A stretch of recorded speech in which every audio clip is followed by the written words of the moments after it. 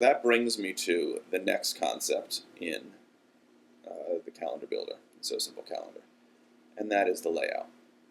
We're showing a glossy default. Now these, you should understand, all of these options bring up a very familiar Manage Templates window. Create a new one right now, just for the giggles and kicks of it.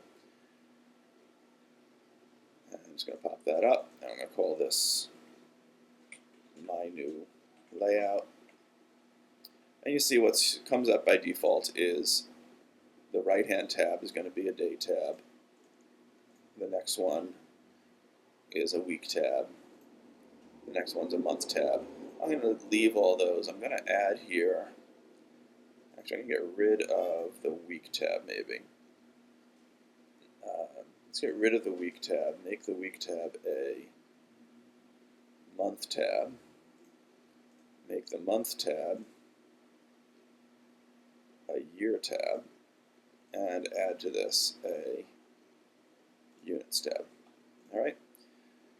There are three types of interfaces. You can have glossy, standard, or touch. Standard is very sparse, simple, and highly customizable. So you can do more with the colors. Glossy is going to be the gray gradient, but then you can still play around with the background colors and event colors and font and sizes. And touch is if you're using this on a touch device. I wouldn't recommend using it otherwise, the reason being that Internet Explorer doesn't actually render it very well. There's some weird things about it, even on Safari. So I would not use the touch interface unless you're actually deploying it on a touch device.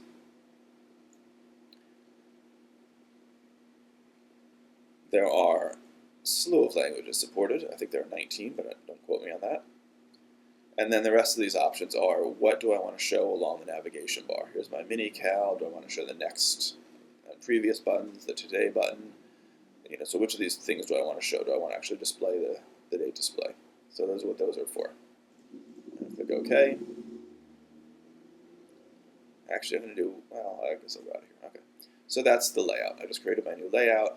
I just added a day, month, year, and resources.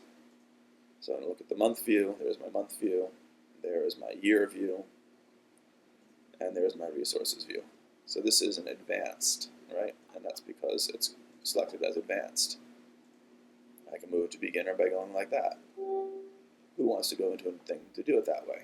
Likewise, if I drag this, I can choose intermediate here. Right? So it automatically puts in whatever you choose. And this is the timeline view.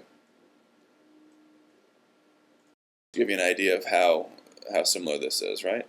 And this just allows you to have multiple events across the timeline. Now I'm doing this all within Calendar Builder only because I get to change the settings very quickly. All the once this is deployed in your own solution, once you click the Use in FileMaker Pro button, you can use any of the features that we're using